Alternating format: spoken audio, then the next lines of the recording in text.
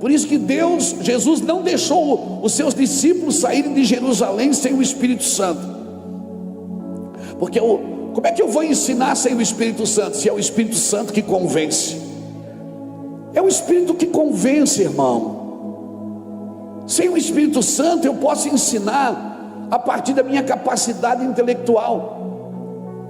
Eu não estou dizendo que a fé é burra, eu estou dizendo que a fé não pode ser intelectualizada, porque Deus vai pedir coisas para você que não fazem sentido.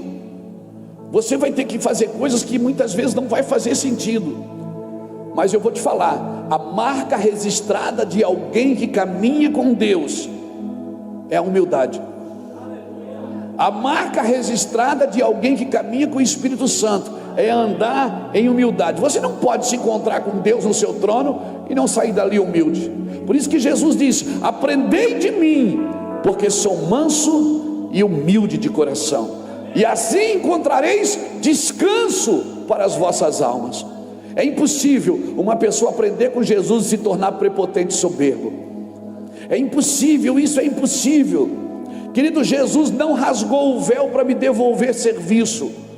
Ele rasgou o véu na cruz para me devolver intimidade, para me devolver celebração, para me devolver relacionamento.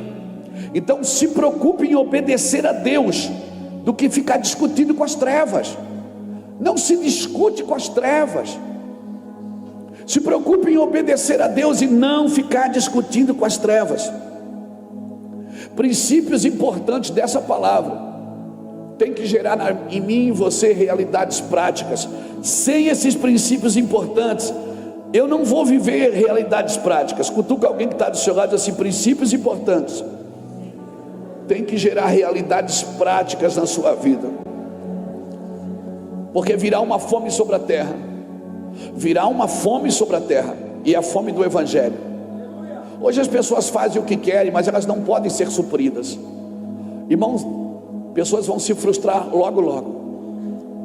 E homens que não têm propósito, eles se vendem fácil ao prazer. E hoje a vida é pelo prazer, tudo para que todos estejam alegres. Então o que importa é eu estar alegre.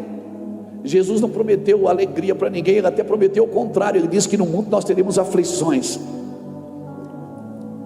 Vai vir uma fome sobre a terra, e não é fome de pão e nem sede de água, de ouvir o Evangelho.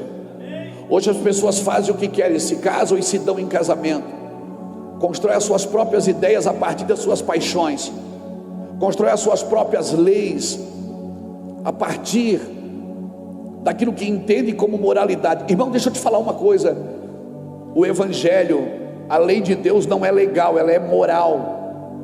Tem coisas hoje que já receberam o amparo da lei para se tornarem legais. Fazer aborto hoje em muitos lugares já é legal, mas ainda para Deus é imoral.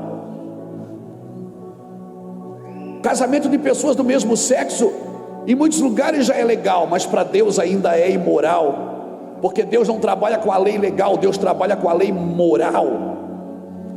E a gente está tentando fazer de tudo para ser feliz, e muitas pessoas vão se frustrar no caminho. O que é frustrar? É esperar um resultado que não veio,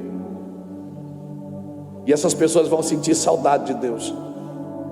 E por isso você tem que estar com a chave na mão, preparado não para ir para a internet condenar as pessoas, mas para dizer assim: eu tenho pão, eu armazenei pão. Se você está com fome, eu vou preparar a mesa para você, e eu vou servir o Evangelho para você. Aleluia, você está me entendendo? Então vai armazenando, irmão, vai escrevendo tudo que você pode, vai gravando tudo que você pode, vai se preparando, porque o mundo vai estar com fome da presença de Deus. E se você tiver depósito, você vai servir a mesa. Aleluia. Imagina, José está lá no Egito. Se você ler o capítulo 45 de Gênesis, você vai ver José diante dos irmãos, e os irmãos não conhecem José, porque José está com a indumentária do Egito. E a Bíblia diz que José, ele chora copiosamente, ele chora tão alto que até a casa de Faraó ouviu. E quando ele se revela para os irmãos falam: olha José. Ele diz: fique tranquilo, porque vocês fizeram mal para mim, mas Deus transformou em bênção, e Deus me trouxe na frente para guardar vocês com vida. Sabe o que acontece aqui? Um homem que anda no propósito de Deus, ele não se ofende. Um homem que anda no propósito de Deus, ele sabe que todas as coisas cooperam para o bem daqueles que amam a Deus e andam segundo o seu propósito. Até as coisas ruins que acontecem na sua vida, é Deus te empurrando para a sua pedagogia. Deus tem uma pedagogia para ensinar os seus filhos, e na pedagogia de Deus ele sempre diz mais não do que sim. Se você quer criar um filho bem criado, você vai ter que dizer mais não do que sim, porque se você só disser sim para o seu filho, você não vai criar um filho, vai criar um monstro, e ele não vai saber lidar com o não. A pedagogia de Deus